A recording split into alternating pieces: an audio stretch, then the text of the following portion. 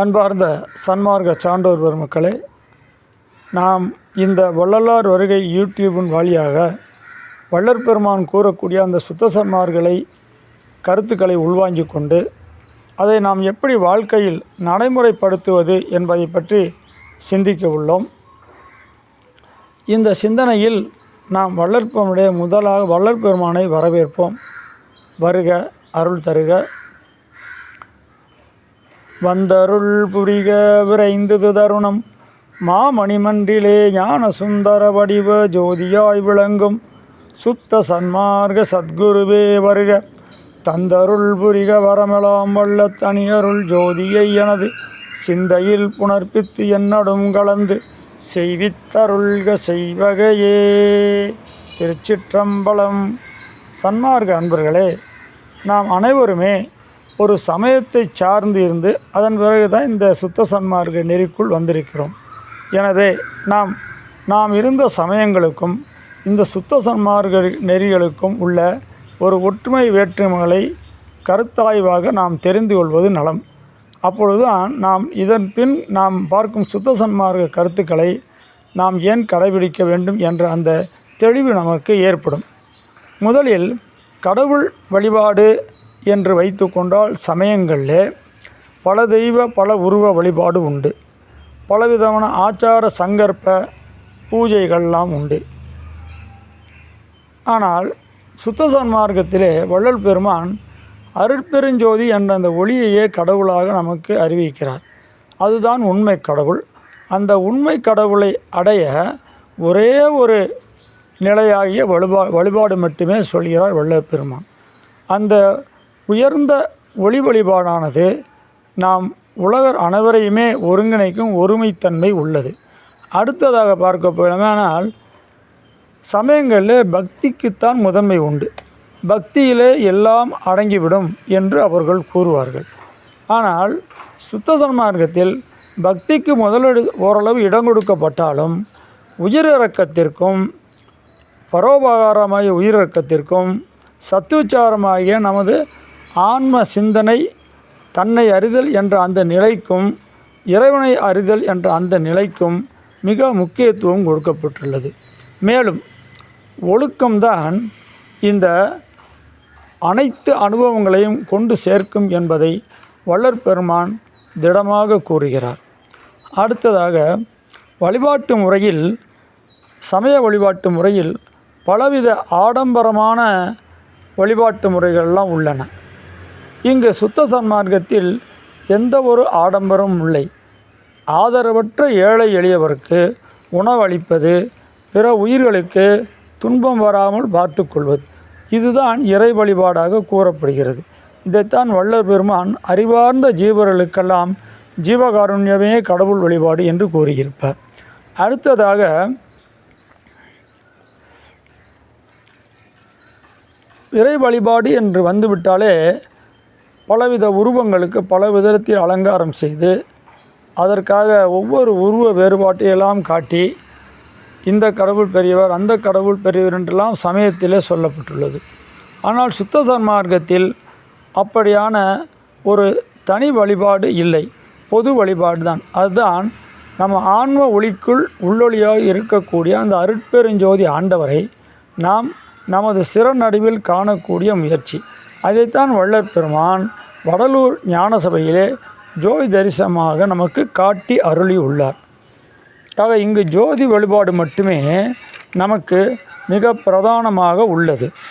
அடுத்து சமய வழிபாட்டிலே சாதி மத பேதங்கள் நிறைய உண்டு. இந்த சாதி மத பேதங்கள்னால் நாம் எந்த நிலையிலும் ஒருமை நிலைக்கு வர இயலாது.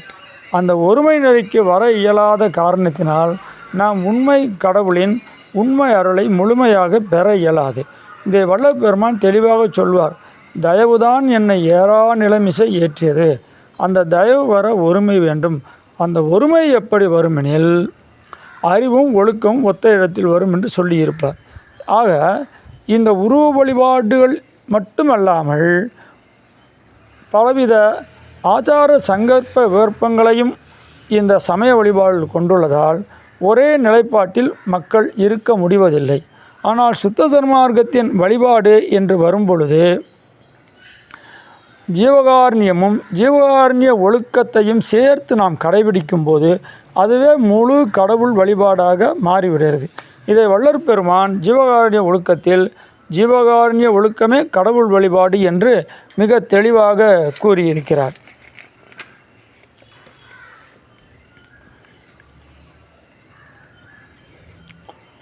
மேலும் சமயங்களுடைய முடிவான நிலை என்று சொன்னால் முக்தி அல்லது மோட்சம் அடைதல் என்பார்கள்.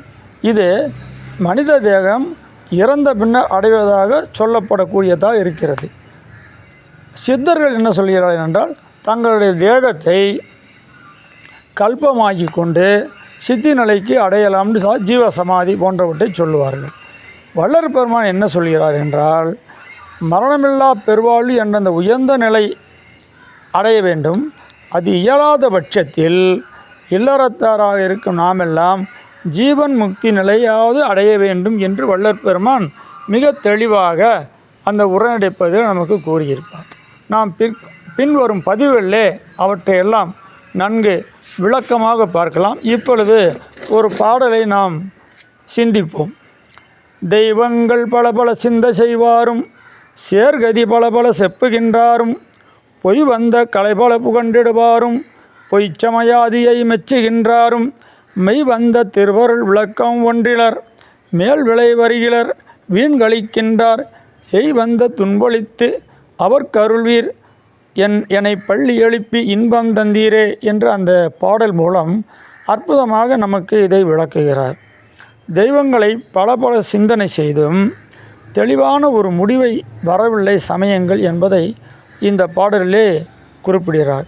இருந்தாலும் சமயங்கள் எல்லாம் சுத்த சன்மார்க்கத்துக்கு அந்நியமல்ல, அனன்யம்பர். அனன்யம் என்றால் மிக அருகாமையில் இருக்கக்கூடிய சுத்த சன்மார்க்க அனுபவ நிலைக்கு அருகாமையில் இருக்கக்கூடிய கொள்கையை கொண்டுள்ளதுன்னு சொல்லலாம். அப்படி என்ன கொள்கையை கொண்டுள்ளது அப்படின்னு சொன்னால் சுத்த சன்மார்க்க நெறிகளை ஏற்றுக்கொள்ளும்படி ஒரு சில சமயங்கள் கொல்லா நெறியை ஓரளவு ஏற்றுக்கொள்கிறது. அது மட்டும் இல்லாமல் அனைத்து சமயங்களும் இறைவன் ஒருவன் இருக்கிறார் என்ற அந்த நிலைப்பாட்டில் இருக்கிறது. எனவே சமயங்கள்லாம் நமக்கு அந்நியமல்ல, அனன்யம். வேறு யார் அந்நியம் என்று கேட்டால் சொல்வார், நாத்திகம் பேசுகின்ற நாக்கு முடநாக்கு என்பார். அது இறைவனே இல்லை என்று நாத்திகம் பேசுகிறார்கள், அவர்கள்தான் நமக்கு உறவினர் அல்ல. எனவே நாம் அனைவரும் இந்த சுத்த சன்மார்க்க நெறியை தொடர்ந்து இதுபோல் சிந்தித்து தெளிவடைவோம். இன்று வள்ளற் பெருமான் சொல்லக்கூடிய ஒரு அரிய ஞான மூலிகையான கரிசலாங்கண்ணியை பற்றி நாம் ஓரளவு தெரிந்து கொள்வோம். இந்த கரிசலாங்கண்ணியை நாம் தினம் சமையலிலோ அல்லது உணவு முறைகளிலோ உட்கொள்ளலாம். அப்படி இல்லை என்றால் முக்கூட்டு சுரணம் என்று வடலூரானாலும் சரி எங்கு வான சன்மார்க்க அன்பர்கள் செய்து விற்பனைக்கு கொடுக்கிறார்கள். அதை வாங்கி 5 கிராம்னா ஒரு டேபிள் ஸ்பூன் தோராயமாக வச்சுக்கலாம். 5 கிராம் அளவு 300 மில்லி பசும்பால் கிடைக்காத பட்சத்தில் தற்பொழுது ஆவின் பால் என்று கிடைக்கும், அதையும் உபயோகப்படுத்தலாம். அதில் போட்டு நன்கு கலந்து 300 மில்லி தண்ணீர் ஊற்றி அதை நன்கு சுண்ட காய்ச்ச வேண்டும். 600 மில்லியை 300 மில்லியாக திருப்பி காய்ச்சணும். காய்ச்சிய பிறகு அந்த பாலை வடிகட்டி அதில் நாட்டு சர்க்கரை சேர்த்து சாப்பிட்டால் காலை உணவே தேவைப்படாது. ஏன்னா வள்ளற் பெருமான் சொல்லியிருக்காரு, இதைத்தான் உணவாக கொள்ள வேண்டும் என்று. அப்படி உணவாக கொள்ளும் பொழுது நமக்கு உடலுக்கு தேவையான அனைத்து சக்திகளும் கிடைக்கும். இது யாருக்கு சொன்னது? சுத்த சன்மார்க்க வாழ்வியலில் சுத்த சன்மார்க்க லட்சியத்தை கொண்டு வாழ வேண்டிய இல்லறத்தாருக்கு சொன்னது. எனவே உலகில் அதிகமாக வேலை செய்வர்கள், வலுவான வேலை செய்வர்கள், தொழிற்சாலையில் வேலை செய்வர்கள், கனரக வேலை செய்வர்கள்லாம் இதை மட்டும் கடைபிடித்தால் பத்தாது. அதோடு சிலது உலகியல் உணவுகளை ஏற்றுக்கொள்ள வேண்டும். அப்படி இல்லை என்றால் உடல் பலகீனமாகிவிடும். எனவே அன்பர்களே, தொடர்ந்து இது போன்ற நற்கருத்துக்களை சிந்தித்து நாளும் வளர்வோம் சுத்த சன்மார்க்க நெறியில் என்று கூறி உங்களை அனைவரையும் வணங்கி விடைபெறுகிறேன். நன்றி, வணக்கம்.